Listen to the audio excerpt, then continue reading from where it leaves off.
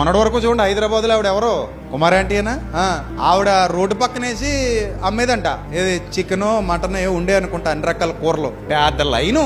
ఆవిడని చూసి కూడా కుళ్ళిపోయాయి కొన్ని కళ్ళు. అంతే కదా, మనిషి అంటేనే అసూయిపోరుడు. ఎదుటోడు బాగుంటే చూసి సావులాడు దరిద్రుడు. మనకంటే కొంచెం పచ్చకున్నాడు అనుకోండి ఎవడైనా, మనం ఏమైనా కొంచెం ఎదిగామనుకోండి చుట్టూతున్న కుళ్ళు కళ్ళు ఏడుస్తానే ఉంటాయి. అమ్మో వీళ్ళు ఇల్లు కట్టేసుకున్నారు బాబు, వీళ్ళు బంగారం కొనేసుకున్నారు, వీళ్ళు అలా అయిపోయారు, వీళ్ళు ఇలా అయిపోయారు, వీళ్ళు చాలా కారు కొనేసుకున్నారంట, బండి కొని. ఈ ఏడుపులకి తట్టుకుని నిలబడాలి మనం. ఉంటారు చుట్టూతా ఉంటారు అలాంటి వాళ్ళు. మనం కొంచెం పచ్చకుంటే వాళ్ళు చూడలేరు, ఎందుకో తెలియదు. బంధువుల్లో ఉంటారు, స్నేహితుల్లో ఉంటారు, చివరికి ఈ మధ్యకాలంలో తోబుట్టువులు కూడా అలాగే తగలంటారంట. అన్నయ్య బాగుంటే తమ్ముడు చూడలేకపోతున్నాడు, తమ్ముడు బాగుంటే అన్నయ్య చూడలేకపోతే, అక్క బాగుంటే చెల్లి చూడలేక చెల్లి బాగుంటే అక్క చూడలేదు. ఇదేం దరిద్రం రక్త సంబంధం నాకు అర్థం కాలేదు అసలు.